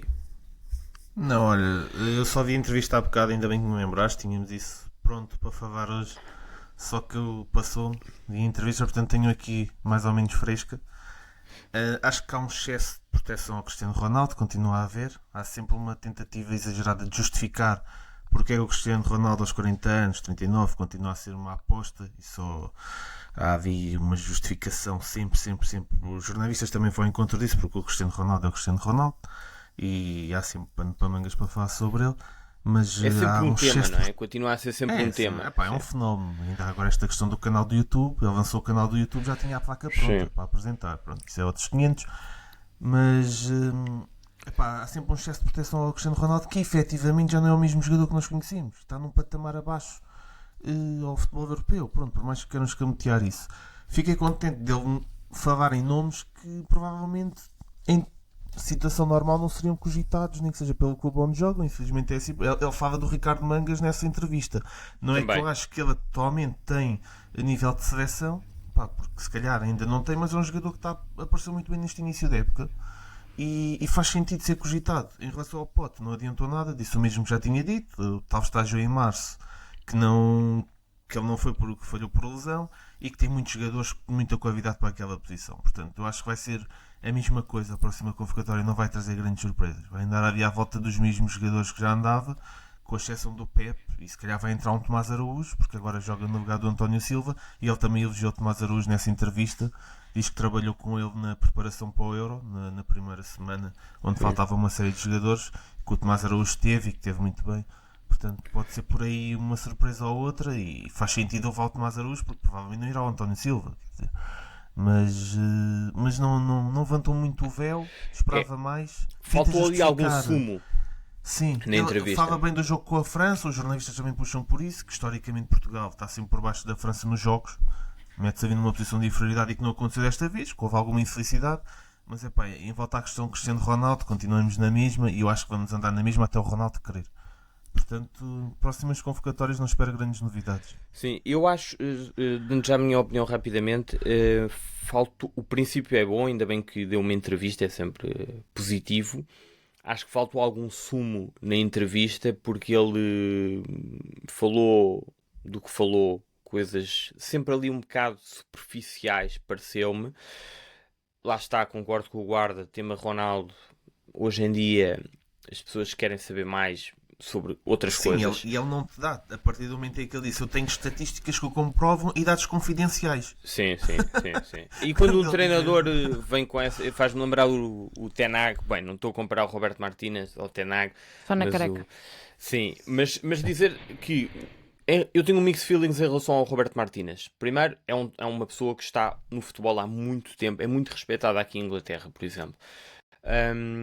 E eu acho que ele teve uma postura adequada nesta entrada na seleção. Tanto do ponto de vista comunicacional, de comportamento, como depois do ponto de vista tático. Gostei que ele tivesse testado 2 sistemas diferentes durante a qualificação, acho que foi positivo. Depois, no Euro, e disso não se falou muito na entrevista, ele diz que o problema não foi tático. A verdade é que o que ficou na minha cabeça, e aí acho que a culpa é dele também, foram 2 coisas. A primeira, durante os jogos, ficou sempre a ideia que ele mexeu mal. Tarde. E, por outro lado, já não bastava termos o estatuto de Cristiano Ronaldo, que é de facto um jogador diferente de todos os outros, como agora pareceu-me que ele alimentou um bocado o estatuto de Bernardo Silva e Bruno Fernandes, e com a qualidade, isto não tem nada a ver com os jogadores em si, que têm um comportamento exemplar daquilo que nós vemos, e são 2 jogadores de excelência, de topo mundial, mas com a qualidade que nós temos, às vezes nos jogos, ainda por cima numa competição pequena, se Portugal tem jogadores no banco que podem entrar e resolver, que estão ali durante 5, 6 minutos, fazem a diferença, esses jogadores têm que entrar. Não vale a pena estarmos a inventar substituições, mudanças dentro de posicionamento para que uns jogadores joguem e que outros possam entrar sem que esses jogadores tenham que sair. Mas sim, era esse o meu apontamento. Olha, Samit, eu acho que concordo contigo. Eu fiquei surpreendido pela positiva, não sei se surpreendido, mas agradado com o Roberto Martínez na sua entrada na seleção.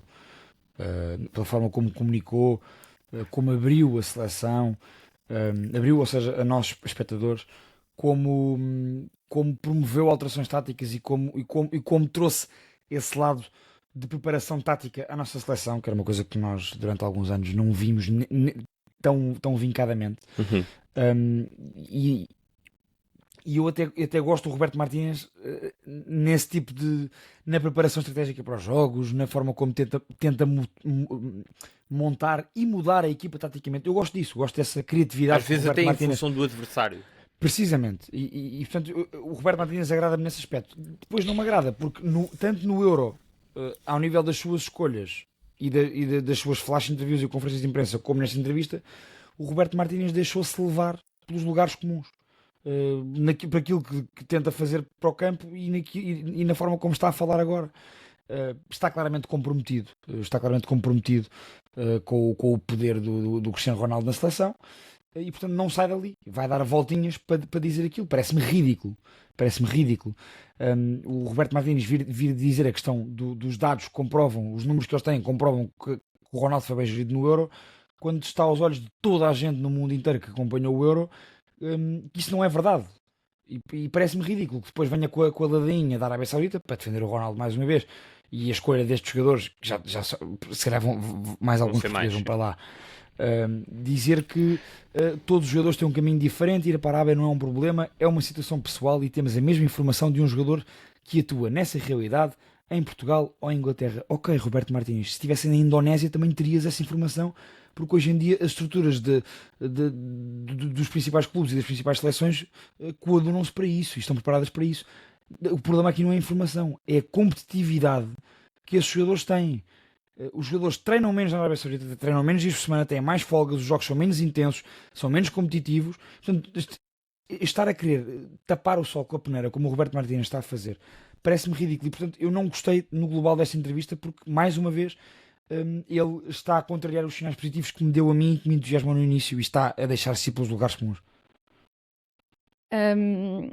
Depois de meu desabafo. Exato. Eu concordo contigo. Concordo com que esta questão que o Pedro está a falar da Arábia Saudita. Queria pegar aqui outro tema. Eu estou curiosa em relação à convocatória. Acho que, não sei se concordo plenamente com o Guarda quando diz que não se espera muita coisa, porque há aqui casos que ele vai ter que trabalhar. Ele falou do Rui Patrício, falou do Danilo, falou do João Cancelo, o próprio Chico Conceição, que só está agora irá chegar aos Juventus esta semana. São todos jogadores que fizeram parte do Euro e que estão neste momento sem jogar. João Félix também? O próprio João Félix, ele falou isso também. Mas agora, quero ver qual é... 26 agora, né? Pode não ser lá 23. Eu quero é perceber se o Roberto Martínez vai manter aquilo que fez o ano passado e convocou o Cancelo e o Félix também numa altura em que eles não estavam a jogar, e portanto quero perceber se se vai ser novamente a ideia de Roberto Martínez por esta ideia do grupo, ou se vai aproveitar a Liga das Nações por ser uma competição nova para introduzir aqui nomes novos, seja o Tomás Araújo, seja o próprio Eduardo Quaresma, que ele falou, também falou do Renato Veiga, mas depois, quer dizer, há aqui uma pergunta que o 00 faz, que é muito interessante, e depois o Martínez, está tudo muito bem estudado, porque o Roberto Martínez depois dá uma entrevista à noite à CNN e as respostas são exatamente as mesmas. Sim. Portanto, o tom foi exatamente o mesmo. Não sei até que ponto é que faz sentido estar-se a esmiuçar jogo a jogo do Europeu, 2 meses depois do Europeu. As respostas iam ser as mesmas, as perguntas é que podiam mudar, não é? Porque as respostas iam ser as mesmas. Pronto, mas acho que sim, mas eu percebo o que concordo estás contigo, a dizer. Rita, que é, nós hoje em dia o Euro já foi. Ele pode explicar que, ok, isto não correu assim tão bem, não chegámos não é ali. Estar a explicar porque é que tirou o Vitinho ou porque é que não faz sentido. Sim. Ele pode acrescentar ali uma coisa ou outra, tipo o Gonçalo Ramos estava lesionado, não sei se estava assim tão lesionado, mas pronto, agora é para o futuro. O que é que podemos esperar? Era preciso olhar um bocadinho mais para a frente. Acho que ainda se guardou muito deste rescaldo europeu, que já não interessa muito bem. Acho engraçado meter em cima da mesa já que o Mundial é para ganhar, depois quando chegarmos ao Mundial, normalmente depois o discurso ele ligera um bocadinho. Há aqui só uma resposta que eu queria destacar, que o 00 pergunta-lhe em relação à segunda Liga, se já teve curiosidade em olhar para a competição. O Roberto Martínez fala da Champions, das equipas portuguesas na Champions. Eu calculo que ele estivesse a falar da Youth League, e que as equipas B são muito importantes. Portanto, não há aqui um olhar para os clubes da segunda Liga, há um olhar para os clubes grandes que atuam na segunda Liga e para os jogadores jovens que atuam na Youth League, e isso são coisas diferentes. E portanto houve aqui uma tentativa de parecer que sim, mas não. Não estou a dizer que a seleção tem que ter jogadores de segunda liga, claro. Faz sentido. Mas a pergunta não foi nesse sentido. E, portanto, no final, e para resumir, estou curiosa para ver que nomes é que Roberto Martínez vai tentar introduzir nesta convocatória. Acho que vão ser alguns. Acho que o Pote vai inevitavelmente ser chamado, porque já fica muito difícil não justificar essa chamada. Já se começa, vai parecer só realmente que há uma emberrância, porque não há mais outro tipo de situação. E, portanto, vamos ver. Já não falta muito, acho que é no final desta semana, portanto, vamos ver o que é que sai daqui. E teremos oportunidade para falar sobre isso também, mais para a frente. Já agora, muito rapidamente, antes de acabar, apostas para o Clássico. Posso começar eu. Acho que o Sporting ganha ao Porto 3-2. Rita? Acho que o Sporting vai ganhar também 2-1. Azevedo? Eu vou num 2 igual, empate. Um igual. Muito bem. Então, fica feito o episódio. Boa semana a todos aqueles que nos ouvem, que nos veem. Voltamos para a semana, nós os 4, porque o Maia, como disse no início, ainda estará de férias. Abraços e beijinhos. Até para a semana, malta.